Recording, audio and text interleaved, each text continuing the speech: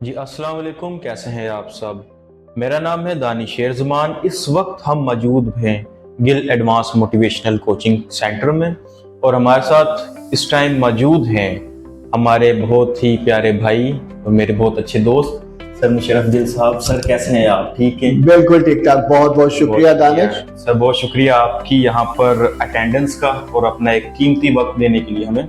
سر آج کے دور میں ایک بہت ہی مین اور خاص ٹاپک پہ میں بات کروں گا آپ سے۔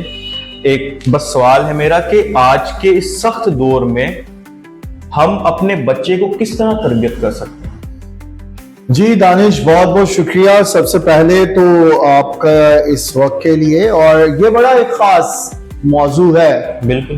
اور آج اگر دیکھا جائے تو زیادہ تر والدین جو ہیں، بالخصوص میں بھی ایک والد ہوں، اور آج سوشل میڈیا کا جو دور ہے، ہر گھر کے اندر ماں باپ اسی چیز کو لے کر بہت زیادہ پریشان ہیں کہ کس طریقے سے آخر ہم اپنے بچوں کی اچھی تربیت کر سکتے ہیں، کیونکہ ہمارے معاشرے میں رہتے ہوئے ایک بچے کو اخلاقی طور پر اس کے کردار کو بنا دینا، یہ سب سے خوبصورت، میں تو اس کو عبادت سمجھا، کیونکہ ایک اولاد اپنے ماں باپ کو سب کے سامنے پیش کر رہی ہوتی ہے، اور بعض دفعہ اولاد جو ہے وہ ماں باپ کو، اور بعض دفعہ ماں باپ اولاد کو معاشرے میں پیش کر رہے ہوتے ہیں۔ بالکل یہی۔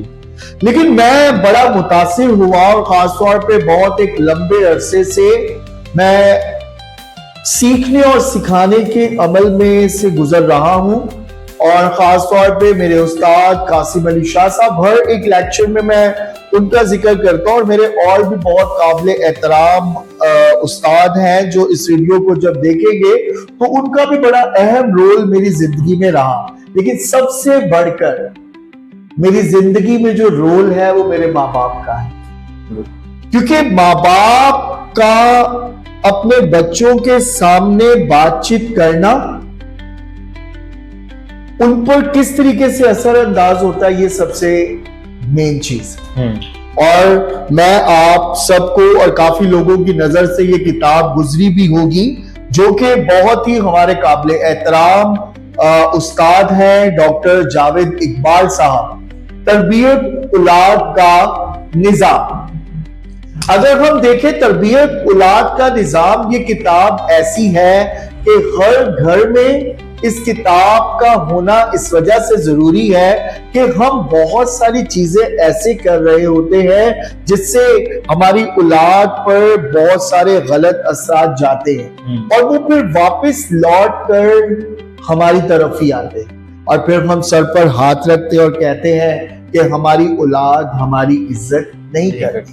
تو میرے خیال میں کہ اولاد کی تربیت اس کے پیدا ہونے سے ہی شروع ہونی چاہیے، کہ اس کو پتا ہونا چاہیے، خاص طور پہ ماں باپ۔ اور دانش، اکثر آپ نے دیکھا ہوگا، میرے خیال میں آپ بھی اپنے ماں باپ کے بڑے بیٹے ہیں۔ ہاں جی، صحیح ہے۔ اور پھر آپ کے میرے خیال میں چھوٹے کتنے بہن بھائی ہیں؟ ایک ہی چھوٹا بھائی ہے۔ ایک چھوٹا بھائی ہے۔ آپ اس میں اور خود میں فرق کر سکتے ہیں، اور میں سمجھتا ہوں کہ جس گھر میں بھی جو بڑا بچہ بیٹا جہاں پھر بیٹی ہوتی ہے، اگر آپ ان کو دیکھیں اور ان سے چھوٹوں کو دیکھیں تو آپ کو واضح فرق ہوتا ہے۔ وجہ کیا ہے کہ جب بھی